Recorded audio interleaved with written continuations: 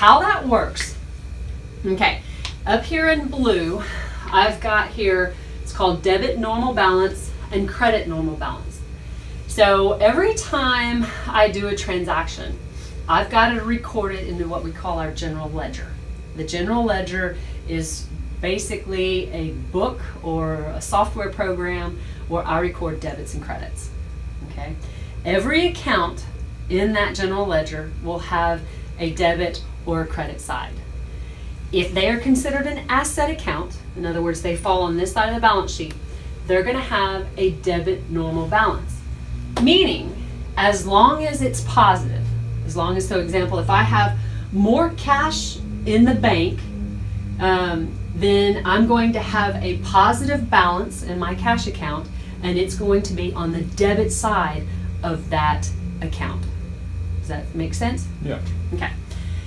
Every time I take cash out, I'm going to credit that cash account. Okay, so a credit transaction will reduce my debit. Will reduce my asset, and it will usually increase something over here.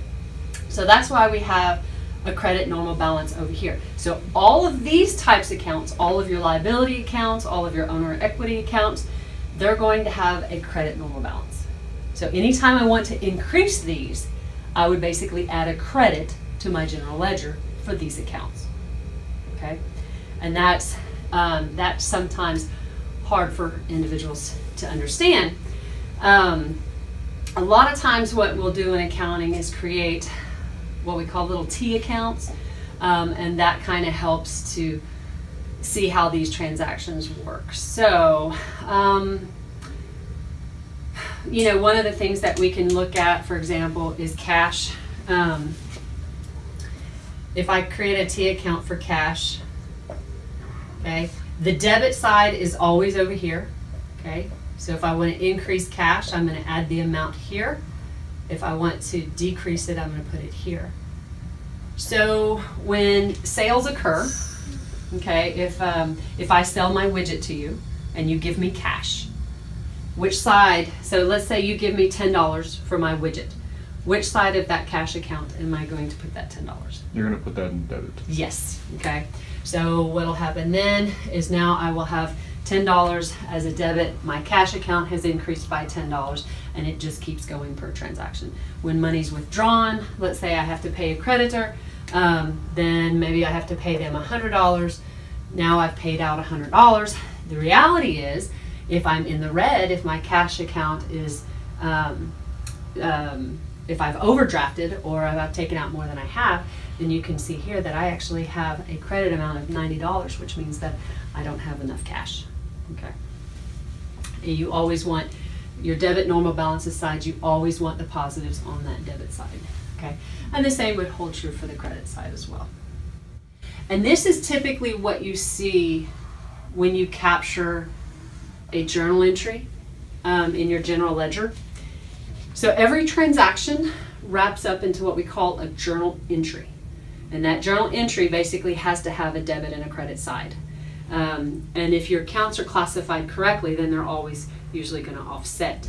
And so in this journal entry, you always capture your debits kind of staggered off to the right a little bit, and your credit is usually staggered off to your, to your left a little bit, and then your credit's always off to your right a little bit. So you can see here that in this journal entry, my debit would clearly be salary expense. So I'm increasing the amount I've paid in salaries, and then I'm taking that money out of cash, and therefore that's my credit. Okay, so when you see they're kind of offsetting, this would be the debit side, and that would be the credit side. Without getting too complicated. I think that should do it. Okay. For his needs, we can help him with the rest. Okay, so does that get you started? Yes, it does. Okay, any other questions? At the moment, no. Okay, well, if you have anything else, or if any other questions come up, feel free to email me, give me a shout or whatever, and I'll help you any way I can. Nope. Thank you so much. You're very welcome. Okay, so then you want me to talk a little bit? Okay, so Right. come join us in the Physical Education Activity Program. If you haven't taken a Knies 199 class, we offer all different types of activities. I particularly teach tennis. My husband teaches golf, so we have tennis and golf, canoeing, pickleball, badminton. We have yoga, we have dance. There's all sorts of activities. We also offer Kines 223, so if you still need a science credit, you can take a 3-hour Kines 223, or you can take a Kines 120, I believe, is the 1-hour credit, and it's a science credit as well. So, and they all have activities associated with them. So if you have any questions, feel free to come and ask. Good way to work off the stress in the freshman 15, right? Absolutely. There we go. Highly recommend it. Yeah, we burn lots of calories. Awesome. Thank you for having us today. Sure, you're welcome.